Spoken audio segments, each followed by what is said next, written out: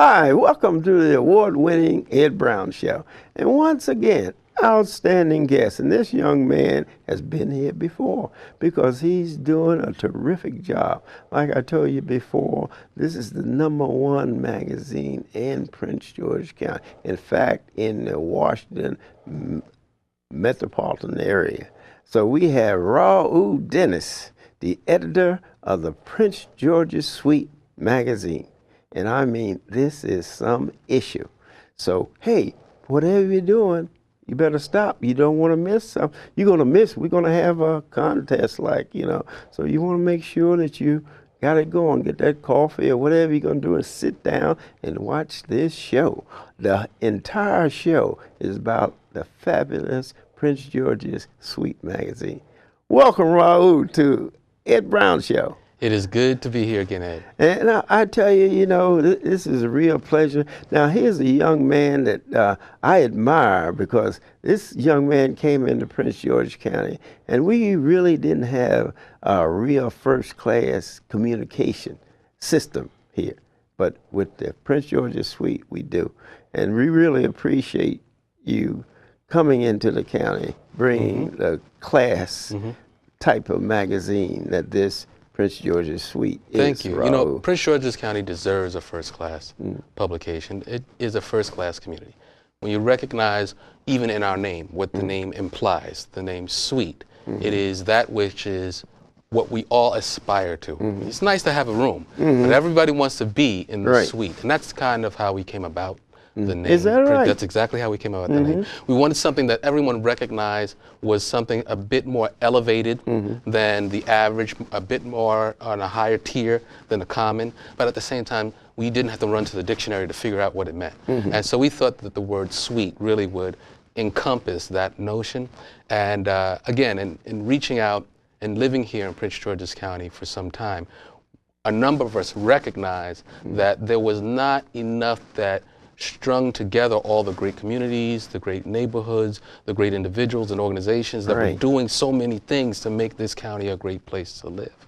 And we thought that a magazine might be a start. And that was now 5 years ago. We are now, we also have a website, we're developing a television show, and the magazine has grown to about 100,000 readers.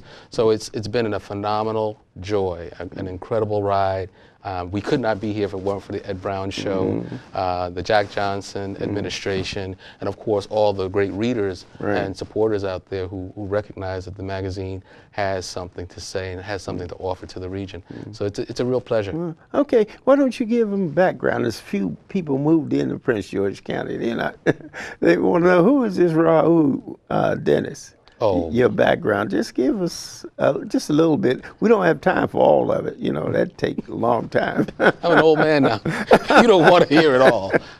Just highlight. Well, let me just say that I'm from New York City originally, born and raised in New York. I moved here to work with BET back in 1991. And in the time that I had been here covering stories both for BET, YSB Magazine, and for other entities as a journalist in the area, I come to discover that all roads kind of led back to Prince George's County in one way, shape, or form. Now, coming from the Bronx, where you look up at the sky and the most you see is a fire escape. To come here and to see so many people who started out from humble means, but at the same time managed to get to a place where they could afford homes that were over nice pieces of land. And when they look up, they see beautiful stars, they see beautiful sky, and to have a sort of kinship with those people at the same time and say, why is this story not being told? I mean, I thought it was odd that there were so many great things here, but you don't see it so much. And so as I got older in the business and in the industry, as I got older, I always kind of had this in mind, that there was a possible option, an idea that needed to be sort of fed and cultivated, something that had opportunity. And it came about in 2005, and we launched the magazine, and we've been very fortunate. We've been very blessed. Very good. Now, hey, let's talk about this edition, this 50th, what is it, 50 Who's Who in Prince George's County. Tell us just, how did you come up with that idea, and how did you decide the 50? Well, you know, most jurisdictions, whether it's Washington, D.C., New York, Baltimore, most jurisdictions have a recognition of those in those areas who are making strides in various communities in different walks of life. And we thought that Prince George's County is no different. Certainly we aren't the first to present a who's who in Prince George's. We are not the first. But we believe that we did a good job of bringing together a comprehensive list of people from various walks and different backgrounds who have contributed to the county. So we have people from the business community, from the health community, we have people from the education community, we have lobbyists, and so it's a really nice mix of individuals who all help to make the county what it is. And these are unsung heroes. A number of these folk are people you have not heard before, but the kind of work that they do really tie us together and make us so much better. And so we thought that this was a great opportunity to give them a little spotlight. Now, one thing you won't see, we didn't highlight politicians. We stayed away from politicians.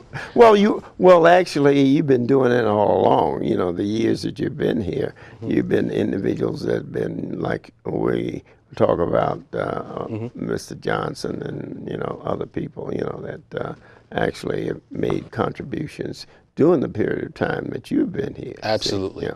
Absolutely.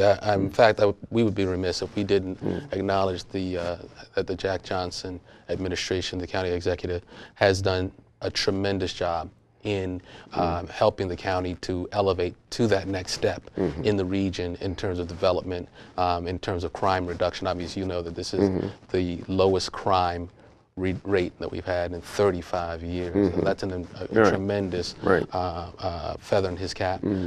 This magazine, this organization has partnered a great deal with the county exec's office and the county council. And as you know, with the transition into a new administration, we did do some things with this edition that kind of tip our hat. Okay, well, tell us some of the things that you highlighted here. Well, as I mentioned, the 35-year crime reduction, the AAA bond rating. We give a great pictorial spread to the county executive and his staff, and the kind of work that they've done over the past actually 6-8 years. We acknowledge the county council, and of course the exiting members. There are 5 members of the county council that are moving on, which is a seismic shift when you think about it. These are this is going to change the tone of the council, and change is good, so we understand that. But we did want to make sure we recognize the tremendous work and the contributions and the service that these council people have given us, and I'm really, really proud of what we've done with that sort of look back before we move forward to give that acknowledgement. And I think everybody should take a look at that story and recognize some of the great leadership that we've had. So thanks, Mr. Johnson. Really appreciate it. Very good. And as far as the magazine is concerned, and we were discussing off camera how you make the selection. You were saying you had a committee, and the committee went through. Just give us a breakdown of that. You know, you can never walk on enough eggshells when it comes to selecting phenomenal people who've made great contributions. But we are blessed with a very strong board of advisors at Prince George's Suite magazine. Good. So that removed the onus from the shoulders of my editors, and the board actually came up with the final selection. Now, but here's what's interesting. We put the word out to the community 6 months prior. Exactly. That we were accepting nominations from the community for people to be part of this who's who.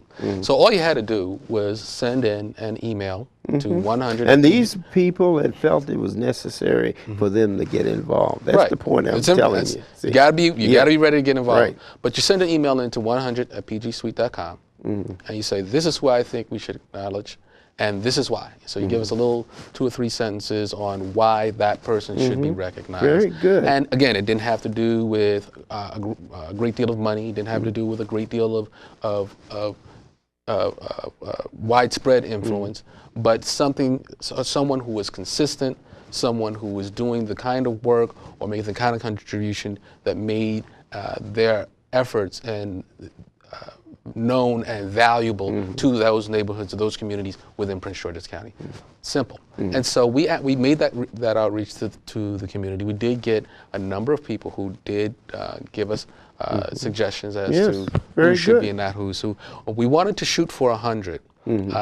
Most communities, we want to pull about 100. But we thought that since this is our first year out, and we want to kind of get our walking legs under us, we went ahead with 50. And it made it a little more difficult, but it made the list, I think the final list, a lot better.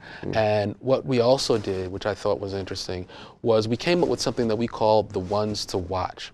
So you've got your 1 through 50, who are obviously the final cut that we had for this year. But then we also decided that we needed to acknowledge a number of other people who were not quite on our top 50, but next year, the year after, these are people who are probably going to be playmakers, if you will, game changers, people who are going to be trendsetters in Prince George's County in years to come. And so I hope in some way she did take a closer look to the ones to watch as you do to the 50 who's who. And it was an interesting ride. I look forward to doing it again, but I tell you, there is no easy thing. It is no easy thing to look at so many fabulous resumes and understand so much fabulous work that is going on, and knowing that you've got to narrow it down.